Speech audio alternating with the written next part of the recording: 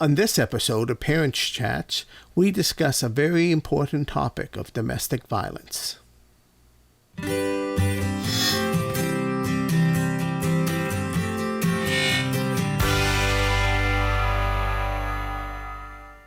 Hello everyone, my name is Ken Hubley, host of Parents Chats, and I'm pleased to be with Tasha Coleman-Jackson today. Tasha holds a Master's of Social Work and JD degree and is a former social worker. She's experienced in working in child protection services and alternative to incarceration programs. Welcome, Tasha, and thank you for joining us today. Thank you, Ken. I'm excited to be here. We are going to discuss domestic violence. And as a former social worker, I'm sure you've seen many difficult situations. Yes, I have. So I'd like to start out with, what is domestic violence? Well, I like to refer to the Department of Justice, the U.S. Department of Justice definition of domestic violence. And it's basically a wide array of abusive conduct. It could take the form of physical abuse, sexual abuse. Those are the ones that we most likely commonly think of, but also it could be other forms that we may not necessarily think of, like emotional abuse, financial abuse, even sometimes spiritual abuse, like, if someone is not allowed to practice their faith or something like that, or like with financial abuse, if someone doesn't have access to financial resources and they are extremely dependent upon someone, and that's a form of manipulation. All of these things can be considered part of the domestic abuse spectrum. Okay, thank you. Domestic abuse is often thought of as abuse against females and is physical in nature. Can it be against other genders in the family, and can it be emotional? As well, you spoke about it being other types of abuses as well. Can you expand on that a little bit, those 2 points? Yes, absolutely. So, yes, traditionally or historically, people have thought of domestic violence as just happening to women, but no matter your gender identity, it can happen to anyone, and people, are unexpectedly, sometimes that can happen to them. I looked at the CDC just to get some current statistics, and just to let you know, I'm from the United States. So I may be referring to some of the U.S. Statistics here because that's easiest for me to get. But according to the CDC, 1 in 3 men report that in some time in their lifetime, they have experienced, whether it be physical, sexual abuse or violence or stalking, which is a lot of men. People I would not even think it was that high. A lot of people wouldn't think it was that high, but yes, it could be anyone, in same-sex relationships, any kind of relationship, unfortunately, can have it. Yes. And emotional abuse, yes, absolutely. Doesn't necessarily have to be that someone is physically hitting you. It can be if they're using gaslighting techniques or manipulation, threats, insults, all kinds of things like that can be emotional abuse. Thank you for sharing that. 1 in 3 shocks me as well. And I think domestic abuse is one of those topics that's very similar to trafficking and different topics in the sense that it's happening everywhere. So statistics are very similar wherever you go in Canada, US, etc. So I think those statistics are probably very, very close to here as well. Mm-hmm. What factors may cause people not to report domestic abuse? Well, there's a variety of factors that could cause people to not report it. This is something that's happening inside people's families. So, privacy concerns. I mean, they're opening up to let people know about, something that they may be ashamed of or have some, like fear about, or just it's hard sometimes for people to open up, and I can absolutely understand that. There's also fear of retaliation. If you do report it and it doesn't, like the abuser doesn't necessarily, get arrested or whatever the goal is of of the reporting is, there could be some retaliation, which, is a safety concern for, whoever is I like to use the term survivor as opposed to victim, just to try to empower people more. So, retaliation is often a concern. And also it could be things like, like I talked about with financial abuse before, if you're financially dependent upon this person, maybe you live in a place where you don't have family support, or you've been cut off from your family or friend support, and you're dependent upon this person, maybe for, your survival with your kids. All kinds of things factor into, you know, whether or not someone can report, or even if you have access to who you would report it to. All of those things factor in, and sometimes it makes it challenging for people to do that. What advice do you have regarding these factors? If somebody's sitting here tonight or in this audience and they're saying something's not right, this isn't right, I'm seeing what Tasha is describing either in their family or someone else's family. What advice do you have? Well, safety is most important, safety for everyone involved. And that would be, the survivor, maybe if they have children, or maybe if they have a dependent adult in the home, or anyone, that might be impacted by that. So safety is most important. And there's often, I've heard this, many experts say that when someone is getting close to leaving, that's often the most dangerous time in a domestic abuse situation. So a safety plan is really important to make sure that, if this person does report it, or if they decide to leave, or whatever, action that they take, a safety plan is really important. There are some resources available that can help people with a safety plan. I wrote down two phone numbers to give out, if you don't mind, if I Yes, can give you please. two. Resources are Um, great. yeah. So I looked up the Canadian hotline Thank you. number. You're welcome. 1-800-268-7708. That's what I found when I looked up on Google. And in the U.S., like if someone, us in Canada, U.S. and Canada, we Yep, have a lot of a lot of family back and forth and friends and things. So if exactly. someone in the U.S. sees this or knows someone, the hotline here is 1-800-799-SAFE. Um, Yes. and so those are like you know domestic violence hotlines that people can call. They can let them know about resources, connect them with somewhere where they can develop a safety plan, assess the situation a little bit more to see what is the risk, and how is best to get out.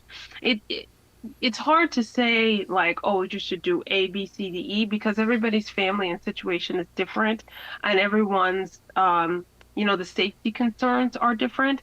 So if someone can access these resources or other resources in their community, that is a great way to help have a plan to get out.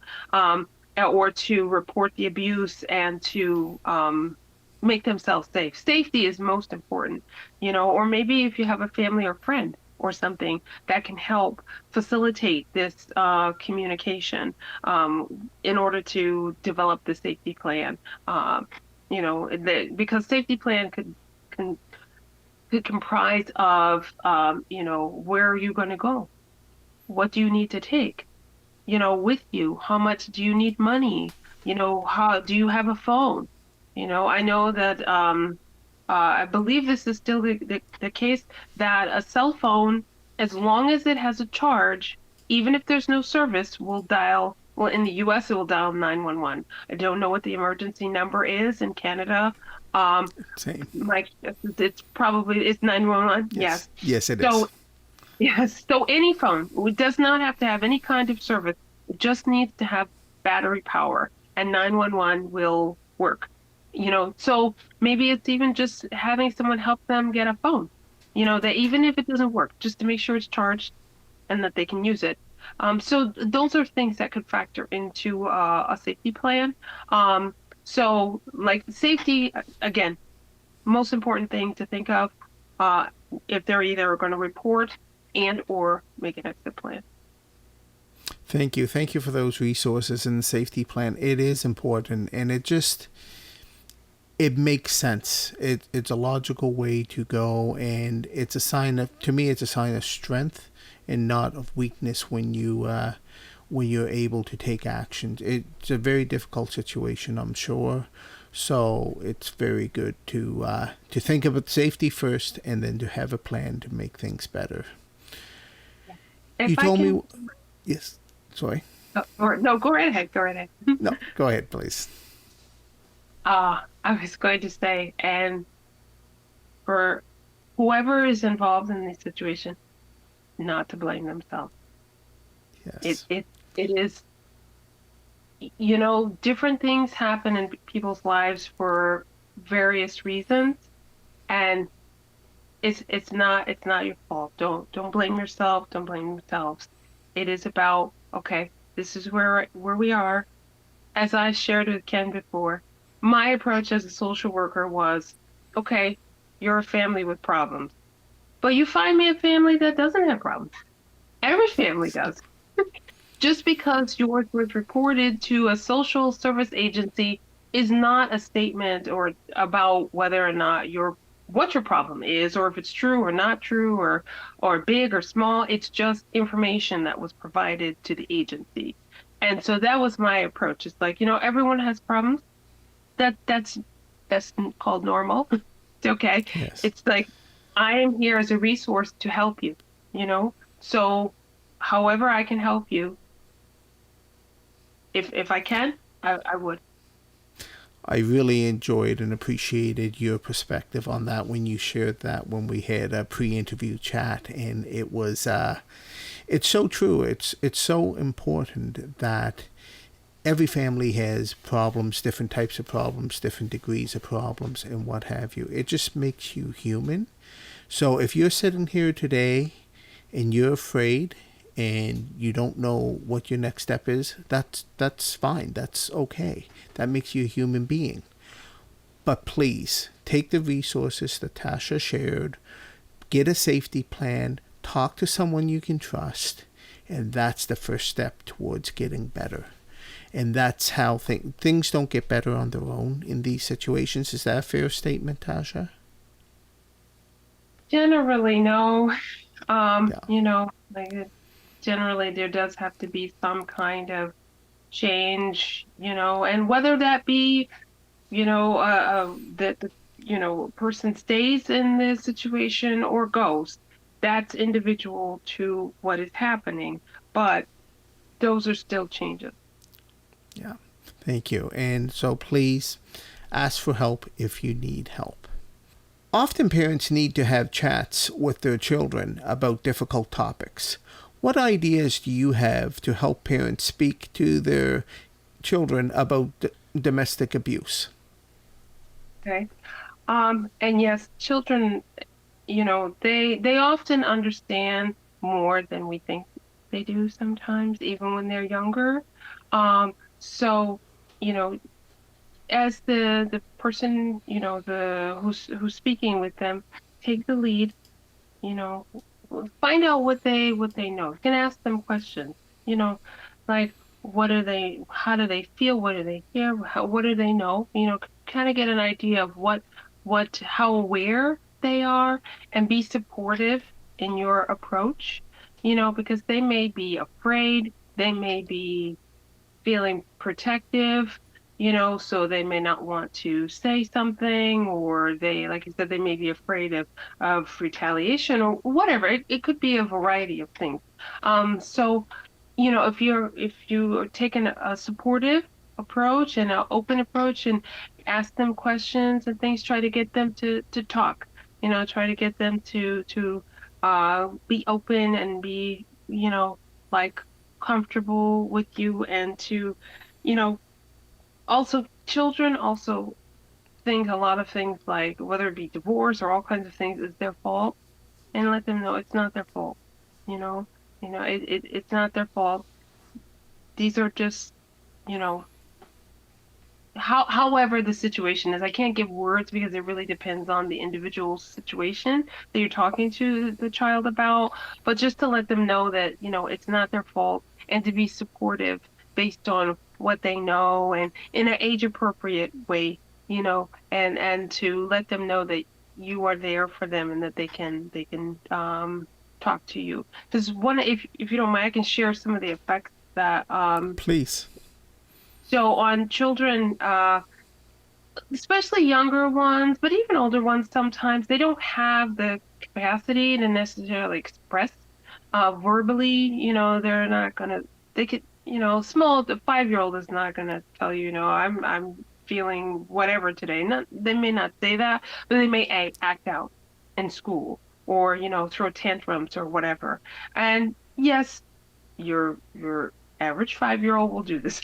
Yes, absolutely.